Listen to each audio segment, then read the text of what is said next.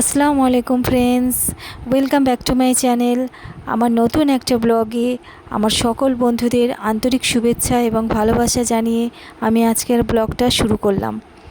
তো সকাল সকাল আমি আমার গাছগুলোকে একটু দেখে এলাম, একটু জল দিয়ে এলাম। জল দিয়ে আসার পর আমি ঘরে এসে গেছি। ঘরে এসে আমি আপনাদের দেখাচ্ছি যে আমি কিছু অনলাইনে মাথার বালিশ আর পাশ বালিশ কিনেছি, কভার কিনেছি। তো কভারগুলো কেমন হয়েছে দেখুন, এক এক করে খুলে দেখাচ্ছি। এটা 8টা পিসের একটা কম্বো সেট, আর পাশ বালিশ নিয়েছি সেটার 4টে পিস, 4টে সেটের। তো দেখুন কেমন লাগছে আমার বালিশের কভারগুলো। প্রথমে তো একটু ভয় লাগছিল যে কেমন আসবে, কিন্তু আসার পর হাতে পাওয়ার পর দেখছি খুব সুন্দর।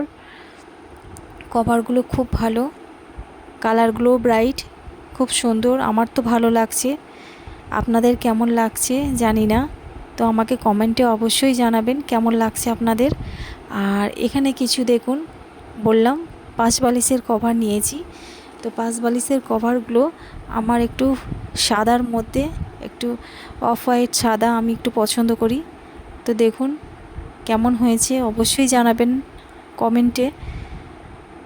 আমার তো খুব ভালো লাগছে, আপনাদের কেমন লাগছে জানি না।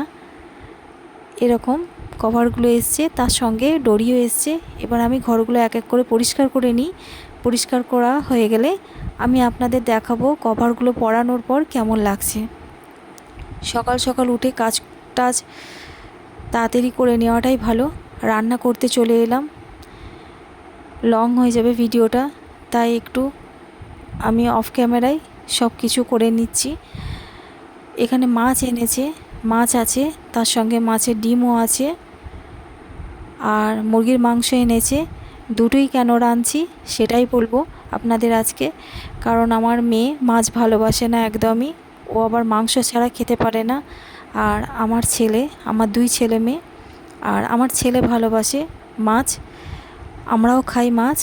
তাই আমার মেয়ের জন্যে আর আমার জায়ের মেয়েও আছে, তার জন্যে ওদের জন্য একটু মাংস রান্না করে নিচ্ছি। আমি অফ ক্যামেরায় মাংসটা রান্না করে ফেলেছি, নাহলে ভিডিওটা অনেকটা লং হয়ে যাবে, তাই আপনাদের আমি শর্ট করে দেখাচ্ছি। মাছটা ভেজে নিচ্ছি, ভেজে নিয়ে মাছের তরকারিটা করে নেব। পাশেই কড়াই চাপিয়ে দিয়েছি, কড়াতে রান্না হচ্ছে মাছের তরকারিটা।